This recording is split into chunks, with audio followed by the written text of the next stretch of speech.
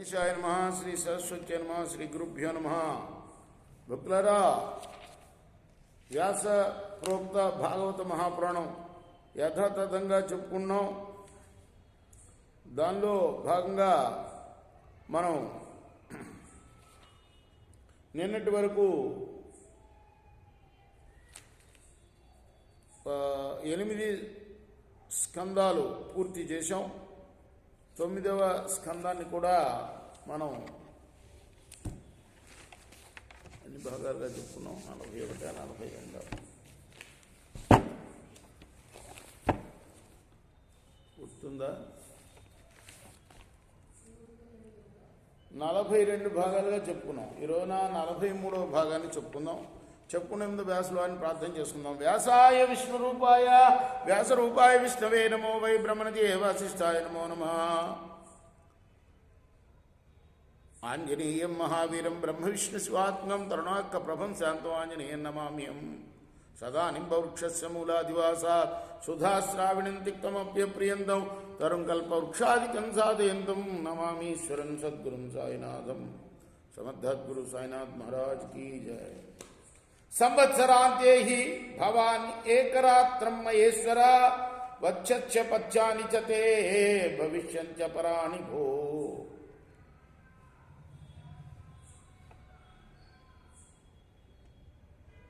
పూర్వస్య నది పూర్వ నరేంద్ర, నువ్వు మహారాజువి, దిగులు పడకు. సంవత్సరానికి ఒక పర్యాయం వచ్చి నిన్ను కలుస్తూ ఉంటాను నేను. ఒక రాత్రి నువ్వు నాతో గడపగలవు. ఆ విధంగా నీకు ఇంకా సంతానం కలుగుతుంది.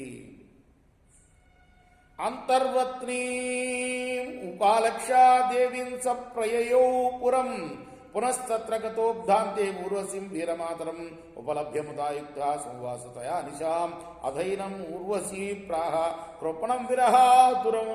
అప్పుడు ఊర్వశి గర్భవతిగా ఉంది. విడిచెళ్ళినప్పుడు తనేమో తన పురానికి వెళ్ళిపోయాడు పురూరవుడు. ఆమె మాట ప్రకారం సంవత్సరాంతం కాగానే, సంవత్సరంగా ఒకసారి వస్తానంది కదా, పుత్రుణ్ణి తీసుకుని వచ్చింది.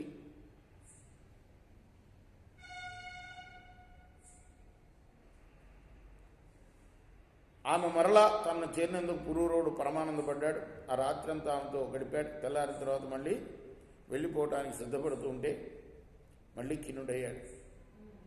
ఊర్వశి అతని దైన్య స్థితిని చూచానది. గంధర్వానుపధావేమాం స్తుభ్యం దాస్యంతి మామితి తస్య సంస్తువతస్తుష్టాగ్నిస్థాళీం దదుర్నృపా ఊర్వశీం మన్యమానస్తాం సోబుజ్యత చరణ్వనే. ప్రభో, ఈ గంధర్వులను స్తుతించి వారిని ప్రసన్నం చేసుకో నువ్వు, అప్పుడు వారు నన్ను నీకు అప్పగిస్తారు అని అన్నదా. ఇదంతా సుఖయోగి పరీక్షణ మహారాజు చెప్తున్నాడు.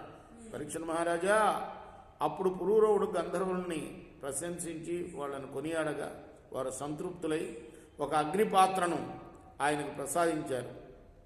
అతడు ఆ పాత్రనే ఊర్వశీగా భావించి వనంలో సంచరిస్తూ ఉన్నాడు. ఊర్వశిని పొందడానికి సాధనంగా అది భావించాడనమాట. స్థాళీన్యస్య వనే గత్వా గృహాన్ అధ్యాయతో నిశి త్రేతాయాం సంప్రవృత్తాయాం మనసి త్రయ్యవర్తత. ఆ తర్వాత మహారాజు అగ్నిపత్రను వనంలోనే ఉంచి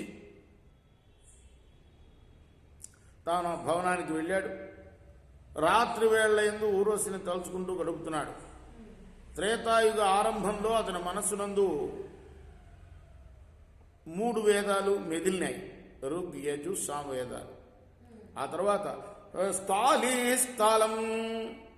స్థానం గతోశ్రద్ధం శమీగర్భం విలక్షస తేన ద్వే అరణీకృత్వ ఊర్వశీలోకామ్య ఊర్వశీం మంత్రతో ధ్యాయన్ నధరారణిమూర్తరాం ఆత్మానం భూయోర్మధ్యే యత్తత్ ప్రజననం ప్రభు. ఆ తర్వాత అతడు అగ్నిపాత్రను ఉంచిన ప్రదేశానికి చేరగా అక్కడ జమ్మి వృక్షం మధ్యలో ఒక రావి చెట్టు ఉండటం చూశాడు. అప్పుడు ఆ రాజు ఆ అశ్వత్థవృక్షం నుండి 2 అరణుల్ని సిద్ధపరచుకున్నాడు. వాటిలో కింద అరణ్ణి ఊర్వశిగాను, మీద అరణ్యాన్ని తన్నుగాను, మధ్యన్న కర్ణను పుత్రునిగాను భావిస్తూ ఊర్వశీ లోకాన్ని చేరే కోరికతో మంత్రాలను పఠిస్తూ వాటిని మధించడం మొదలుపెట్టాడు. తస్య నిర్బంధనజాతో జాతవేద విభావసు త్రయ్యా స విజయ రాజ్ఞ పుత్రత్వే కల్పిత స్త్రీవృత్ తేనాయజత యజ్ఞేశం భగవంతమధోక్షజం ఊర్వశీ లోకమన్విచ్చన్ సర్వదేవమయం హరిం. అందులో నుండి జాతవేదుడు అనే అగ్ని పుట్టాడు. పురూరవుడు ఆ అగ్నిదేవతను మరి 3 వేదాల మంత్రాల ద్వారా 3 భాగాలు చేశాడు.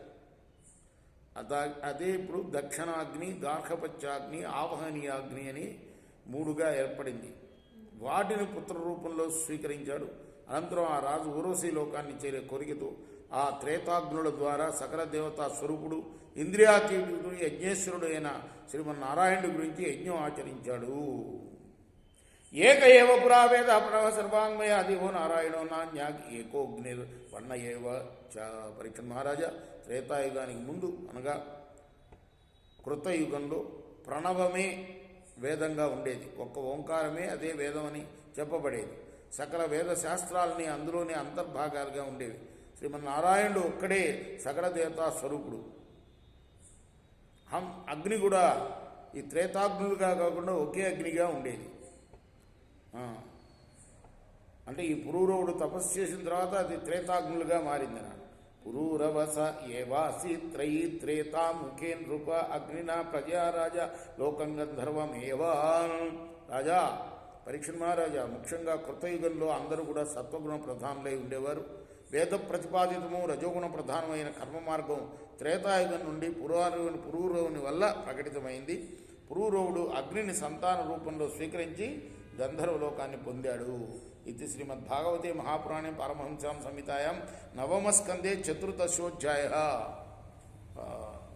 ఇవాళ మనం ఈ నవమస్కందంలోని 43వ భాగం చెప్పుకున్నాం. రేపు 44వ భాగం ప్రారంభిద్దాం. శ్రీ సచ్చిదానంద సద్గురు సాయినాథ్ మహారాజ్ की जय. चेकोरा हारती दिगो सद्गुरुनाथ देवा साईनाथ.